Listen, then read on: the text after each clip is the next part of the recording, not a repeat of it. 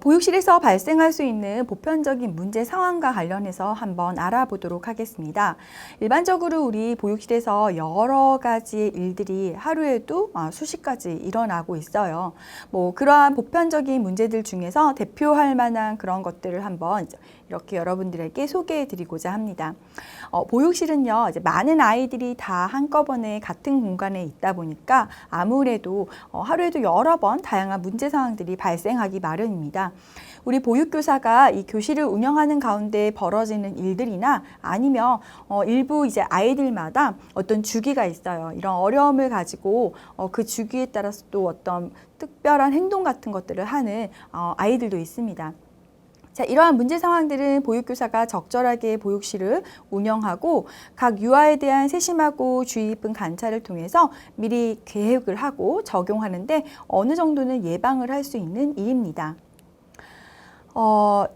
예를 들어서 여러 가지 어떤 어려움 혹은 문제 상황 이런 것들을 한두 가지씩 사례를 들어서 한번 소개를 해드려 보도록 할게요. 우선 이제 자기중심성이 강하거나 자기조절 능력이 부족한 발달 단계상의 문제를 가진 아이들입니다. 일반적으로 우리 영유아들은 이 발달 단계상 자아를 인식해가는 단계예요. 그러니까 자아가 좀 단단해지고 자아를 느끼는 단계죠. 그런데 이제 유아기 사고의 전반적인 특성 중에 하나가 이처럼 이 자기중심성이 굉장히 강해지는 단계이기도 합니다.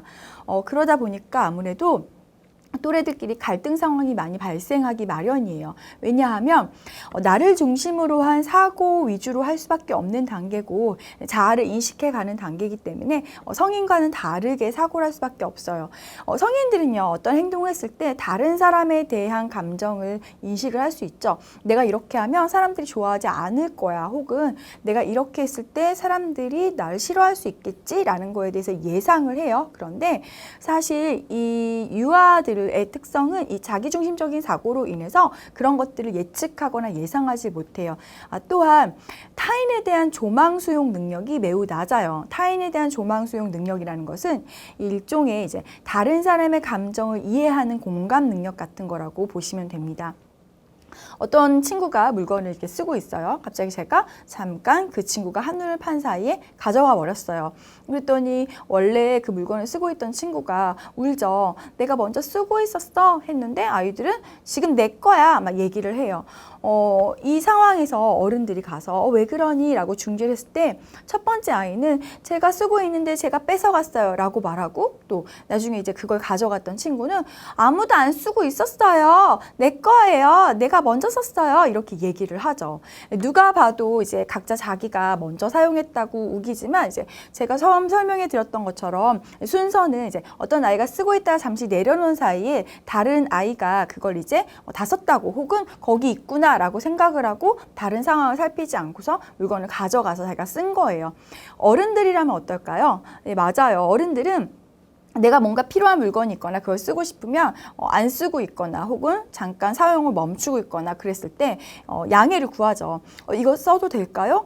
이거 나 이따 써도 되겠어? 다 썼어? 이렇게 물어봐요. 근데 아이들은 이런 어떤 상황에 대한 능력도 인지할 수 있는 능력도 떨어질 뿐만 아니라 타인에 대한 감정이나 공감 능력이 떨어져서 이런 것들을 해결하는 것들이 아직은 미숙하고 어려워요. 그러다 보니까 아무래도 자기중심적인 사고를 계속하면서 내 입장과 내 위주로 이야기를 하다 보고, 그리고 또 갈등 상황도 많이 발생할 수밖에 없겠죠.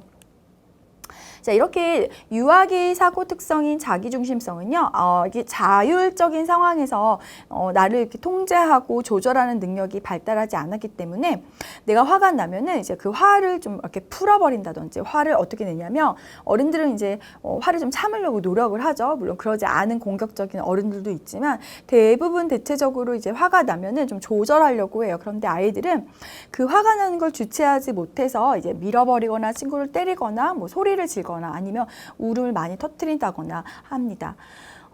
특히 이제 교사대 아동 비율이 높은 경우는 더욱더 그러해요. 예를 들어서 가정이나 혹은 일부 소규모로 집 근처에서 놀이를 하거나 하는 경우는 좀 그런 일들이 벌어졌을 때 어른들이 통제를 해주거나 아이들도 어느 정도 그 소규모 그룹 안에서 일어나는 것들에 대해서 서로 간의 양해가 있을 수 있는데,